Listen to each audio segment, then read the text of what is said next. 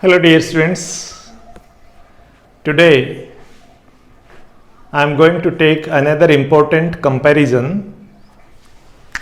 of the different type of solutions you can say or different type of mixers. Actually जब हम mixer की बात करते हैं तो मिक्सर के बारे में आप बच्चों को ये बताया गया है, mixer is the form of matter which contains two or more unreactive materials together in any ratio. But those mixers may be further divided as mixers are further divided as homogeneous and heterogeneous.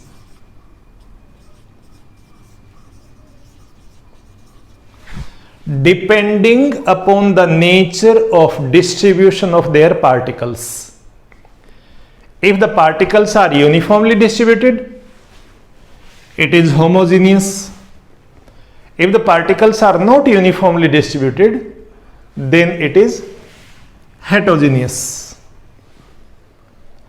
In case of homogeneous, when two substances mix together uniformly, then that type of mixers are called solutions. उनको हम solution बोलते हैं. And another mixer which are heterogeneous, they may be termed as colloidal and suspension. But in some books, solution को ही तीन type में divide कर देते हैं. Solution may be known as the true solution. Solution word लिखा हमने, और it may be named as true solution. It may be called as colloidal, or it may be called as the suspension.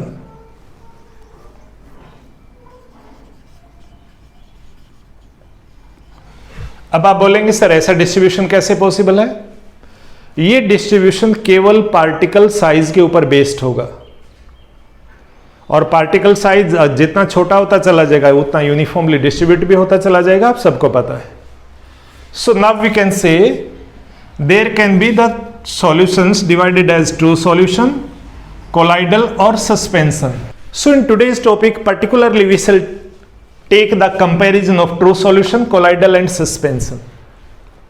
I have already told you true solutions are the homogeneous mixers in which solute and solvent mix together uniformly. They give the picture of a single material. दोनों चीजें अलग अलग से feel नहीं होती.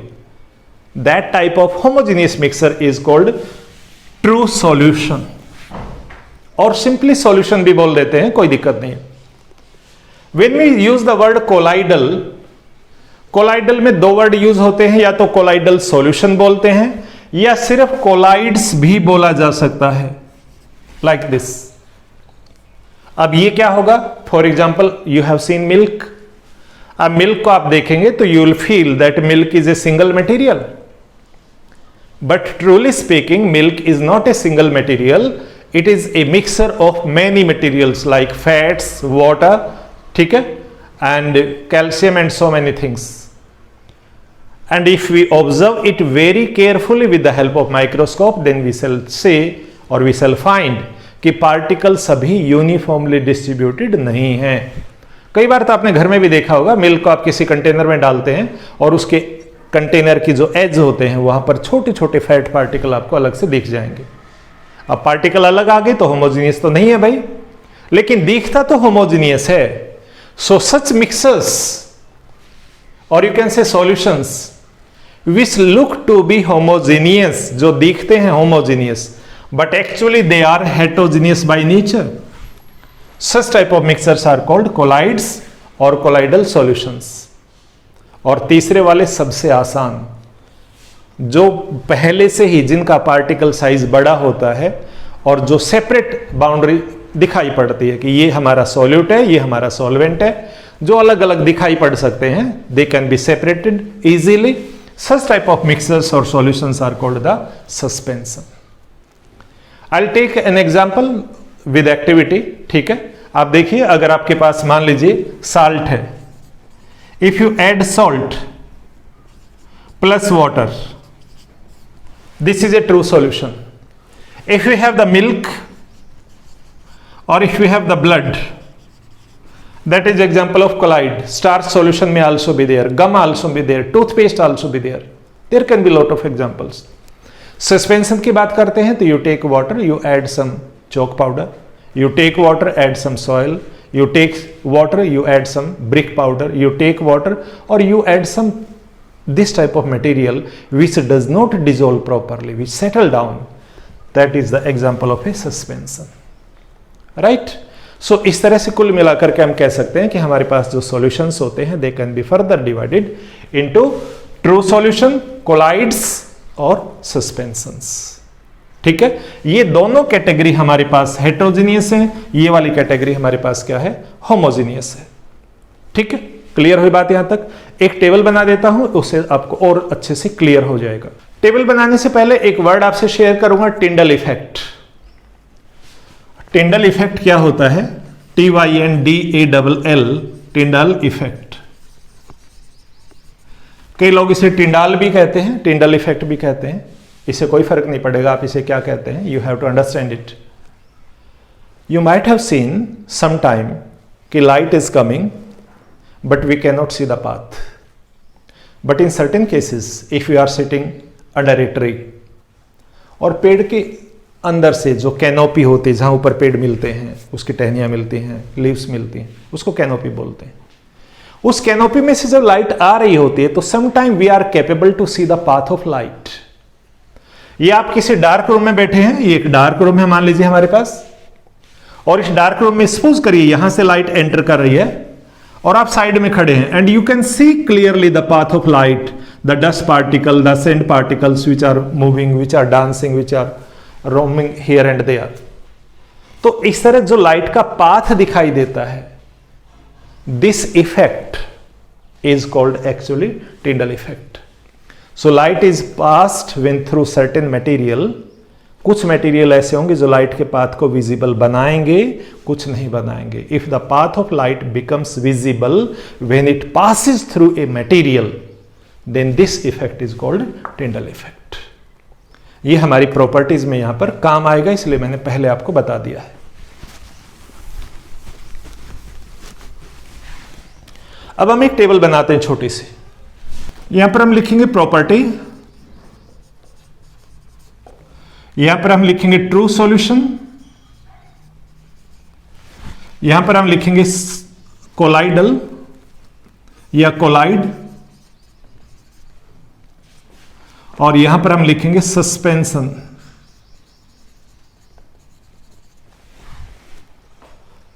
Right. अब इसमें जब हम ऑब्जर्व करेंगे तो हम 4 अलग अलग कॉलम में 4 चीजें लिखेंगे.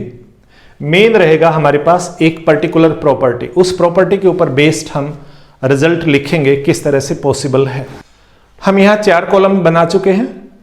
पहले कॉलम में हम 1 बाय 1 कुछ प्रॉपर्टीज लिखेंगे. जैसे मैं लिखूंगा यहां पर फर्स्ट प्रॉपर्टी हम लिखेंगे नेचर, यानी ये जो सॉल्यूशन बनेंगे इनकी नेचर कैसी होगी.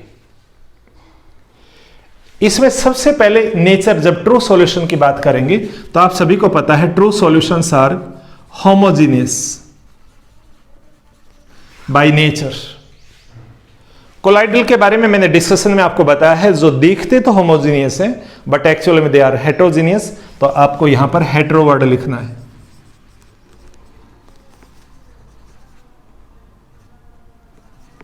इसी तरह यहां पर भी हेट्रो. राइट. उसके बाद पॉइंट नंबर 2 आएगा. सेकंड प्रॉपर्टी हम देखना चाहेंगे, that is scattering of light या Tyndall effect. Scattering of light, यहां पर मैं लिख रहा हूं, इसका मतलब है टिंडल इफेक्ट.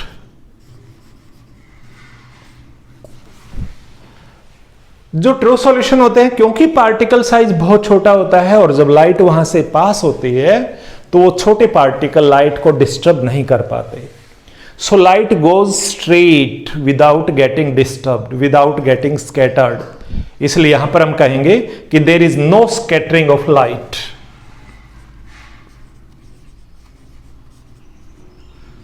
नो स्कैटरिंग कह सकते हैं, no Tyndall effect is observed ऐसा भी कह सकते हैं। यहां पर बोलेंगे यस लाइट इज स्कैटर्ड और टिंडाल इफेक्ट इज ऑब्जर्व्ड, दोनों में से कौन सा वर्ड लिखो। लेकिन अगर यहां टिंडाल इफेक्ट लिखा तो यहां भी टिंडाल, यहां पर भी टिंडाल लिखेंगे। स्कैटरिंग वर्ड यूज किया तो यहां पर भी स्कैटरिंग लिखना, यहां भी स्कैटरिंग, यहां भी स्कैटरिंग, यस नो अलग बात है। और यहां पर हम कहेंगे yes scattering is there, scattering of light occurs or you can say yes Tyndall effect is observed। उसके बाद नेक्स्ट जो चीज हमने लिखनी है that is about the stability.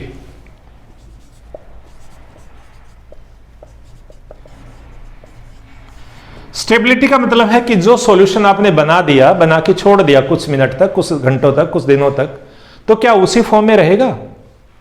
If the prepared solution remains in the same state, if the particles do not gate scatter, particle अलग अलग नहीं बिखरते हैं, सेटल डाउन नहीं होते हैं, तो उसको कहेंगे स्टेबल। तो आप बोलेंगे true solution stable, STABLE stable, ये 100% स्टेबल है। जब हम कोलाइड के बारे में कहते हैं तो कोलाइड के बारे में कहते हैं कि ये थोड़े से ठीक ठाक से स्टेबल हैं, ऐसा भी नहीं है कि वो भाग जाएंगे कहीं और ऐसा भी नहीं है कि वो हमेशा के लिए रुके रहेंगे, ठीक है। तो इसलिए हम कहते हैं they are quite stable, they are quite stable. लेकिन जब सस्पेंशन की बात करेंगे, आप मान लीजिए ब्रिक पाउडर लेते हैं वाटर में, जैसे आप हिलाना बंद करेंगे इमीडिएटली ब्रिक पाउडर अलग होना शुरू हो जाएगा, तो इसमें कह देंगे अनस्टेबल, ठीक है। तो यहां तक की बातें क्लियर होनी चाहिए। उसके बाद हम पॉइंट नंबर 4, 5 और लिखेंगे, तो एक बार मैं इससे स्पेस क्रिएट करता हूं। नाउ पॉइंट नंबर 4 जो सबसे इंपॉर्टेंट पॉइंट है that is particle size. Particle size यानी पार्टिकल का जो साइज है वही तो डिसाइड करता है कि ये हमारे पास किस टाइप का है। Be careful student, particle size हम जो मेजर करते हैं that is measured in nanometer, NENO, nanometer. It's a very small unit and 1 nanometer is equal to 10 raised to power -9 meter। इतना छोटा होता है। आप बच्चों ने पहले माइक्रोमीटर पढ़ा होगा, चैप्टर 3 में हम बात करेंगे, जब एटम के साइज की बात करेंगे वहां पर भी नैनोमीटर आपको बताया जाएगा इस साल 3rd चैप्टर में, तो ये बात आपको ध्यान करनी है। तो nanometer is a unit, very small unit to measure the very small sizes. तो जब ट्रू सॉल्यूशन की बात करेंगे तो यहां पर जो साइज है, size is less than 1 nanometer, 1 nanometer से भी छोटा है। यहां पर जो कोलाइडल का साइज होगा that is 1 to 100 nanometer. Size 1 nanometer से बड़ा होगा, 100 से छोटा होगा। और यहां पर जो साइज होगा that is more than 100 nanometer. ये पार्टिकल बड़े होते हैं, आराम से दिखते हैं, इसलिए फिल्ट्रेशन भी आराम से हो जाएगा, ठीक है। सेटल भी इसी वजह से हो जाते हैं क्योंकि बड़ा पार्टिकल हो तो ग्रेविटी उसको इजीली नीचे की तरफ पुश कर पाती है, इसलिए वो सेटल हो जाते हैं, ठीक है। और लास्ट चीज हमारे पास है सेपरेशन, कि आप इनको अलग कैसे कर सकते हैं। अब देखो जब ट्रू सॉल्यूशन की बात करेंगे, हम सोचें कि ट्रू सॉल्यूशन हमारे पास है, साल्ट और वाटर का मिक्सर है, उसको मान लीजिए फिल्टर पेपर में डाल देते हैं, तो can you filter it out, क्या सेपरेट हो जाएगा। आप बच्चों में से कुछ बच्चों ने स्कूल में इस तरह की एक्टिविटी देखी होंगी। फिल्टर पेपर में बेटा जो पोर होते हैं, छेद होते हैं, वो थोड़े से बड़े होते हैं, हालांकि हम ऐसे देखेंगे तो हमें नहीं दिखाई देगा, बट वो इतने बड़े जरूर होते हैं कि उसमें से साल्ट के पार्टिकल, शुगर के पार्टिकल आराम से चले जाएंगे। So can't be filtered out. फिर भी कहें कि अलग करना है तो उसके लिए कैसे करें, सॉल्यूशन को उठाओ, बाहर धूप में रख दीजिए, आप बच्चों ने सुना होगा ओशियन के वाटर में बहुत सारा साल्ट होता है और ओशियन वाटर को जब एक जगह पर सेटल कर देते हैं तो वाटर धीरे धीरे एवोपरेट हो जाता है। इसलिए यहां पर मेथड लग जाएगा एवोपरेशन। एवोपरेशन लगाइए या एवोपरेशन से मिलता जुलता कोई और मेथड आप लगा सकते हैं, तो उससे आप ट्रू सॉल्यूशन के कंपोनेंट को क्या कर सकते हैं, सेपरेट कर सकते हैं। कोलाइडल का जो केस होता है, कोलाइडल के केस में फिल्ट्रेशन से बात वहां भी नहीं बनेगी, वहां एक नया वर्ड आएगा and that word is centrifugation.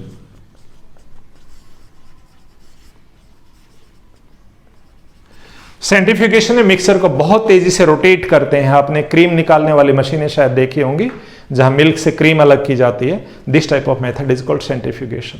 और इसमें तो बढ़िया है, ये पार्टिकल साइज बड़ा है, इसलिए जैसे आप फिल्टर पेपर में पास करेंगे it will easily filter out. So filtration, normal filtration is easily applicable. तो बड़े आराम से ये सब कुछ पॉसिबल है।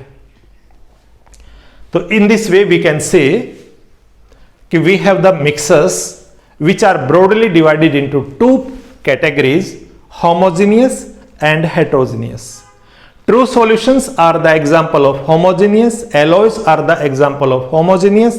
आप बच्चों को मैंने solid solution, liquid solution, gaseous solution, saturated solution, unsaturated solution, aqueous और नॉन एक्वेस, ये सभी पिछले वाले वीडियो में बता रखे हैं। अगर आपने नहीं देखा वो वीडियो तो पहले उसे देखिए, उसके बाद आप इस वीडियो पर आइए।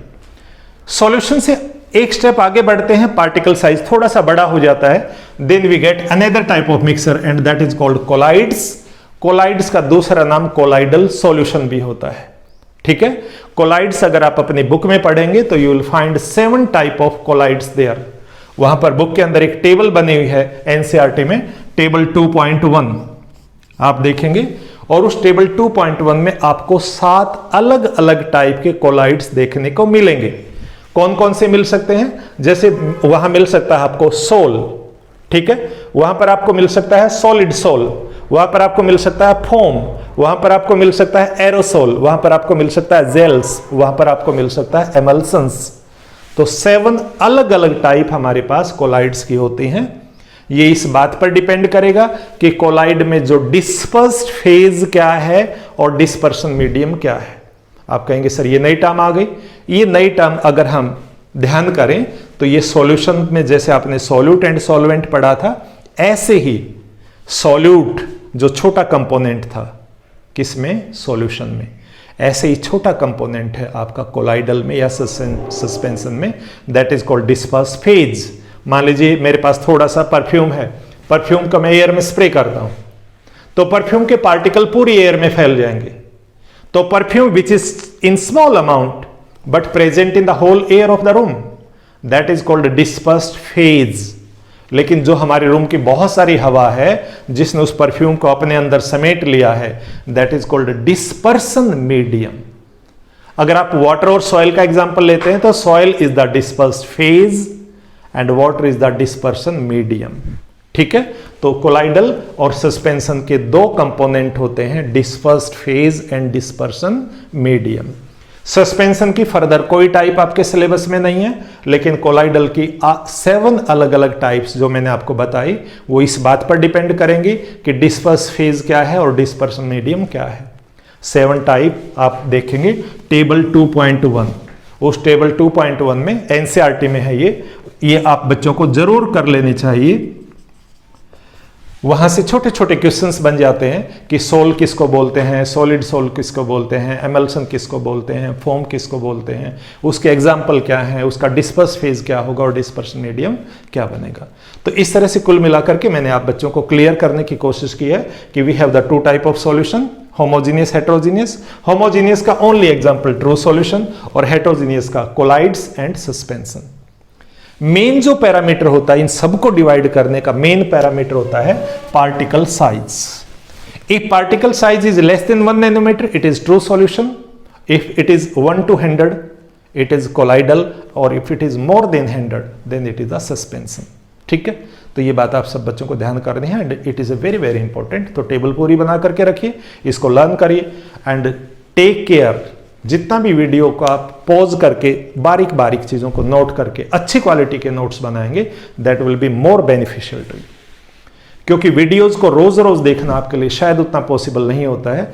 आप अपनी नोटबुक को किसी भी मोमेंट पर रिवाइज कर सकते हैं, एग्जाम टाइम में particularly. So prepare quality notes using the video, using your refreshes, and if you have any doubt please ask me without any hesitation। ठीक है, नेक्स्ट वीडियो में मैं आपसे बात करने वाला हूं about solubility and concentration of solution। Till then, stay safe, stay healthy, thank you।